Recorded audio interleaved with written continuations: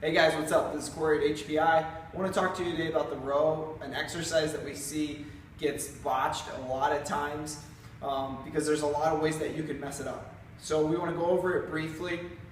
We know a lot of you are familiar with the exercise, but we want to show you a couple things to look out for. So first major thing we see that most people are familiar with is we don't see proper scap retraction. So people get into this mode where they're not really pulling their shoulder blades down and back.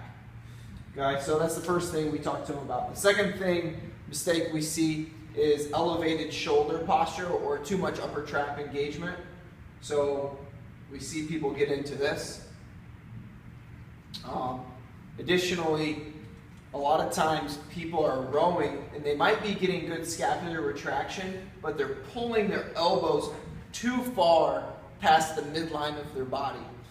This becomes an issue because then the humeral head starts to rub anteriorly on different tissues on the front part of the shoulder, which can cause irritation, especially if you're working with athletes who are overhead athletes, baseball, tennis, volleyball. Another big issue is lumbar or low back stability. We see a lot of arching, so we'll always cue our patients and clients to make sure they get a slight pelvic tilt to bring them back to neutral as they pull. This is one reason a lot of times we like to actually start people rowing on a bench where they're laying prone and pulling up instead of rowing on 2 feet, because there's a lot more to think about from your core. But if somebody can handle getting their core engaged, then they're okay to do the standing row. Another big problem we see is forward head posture when people row. So what we'll cue is we'll tell them to get just a slight chin tuck. We don't want them to force themselves back, but just a slight chin tuck as they row.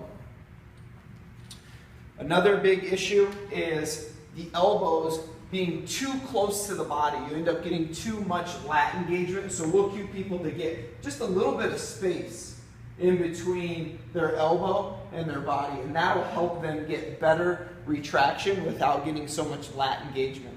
And the last thing that we see is sometimes people will get their lumbar in the right position, but they'll get a lot of rib cage flare.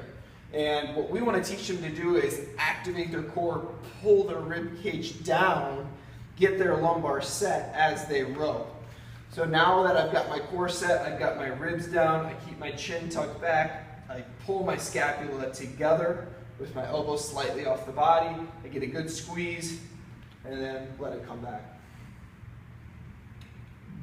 Okay? So again, a lot of things there that you can look out for. Hopefully this was helpful for you and will improve your coaching technique as you take your patients through the row.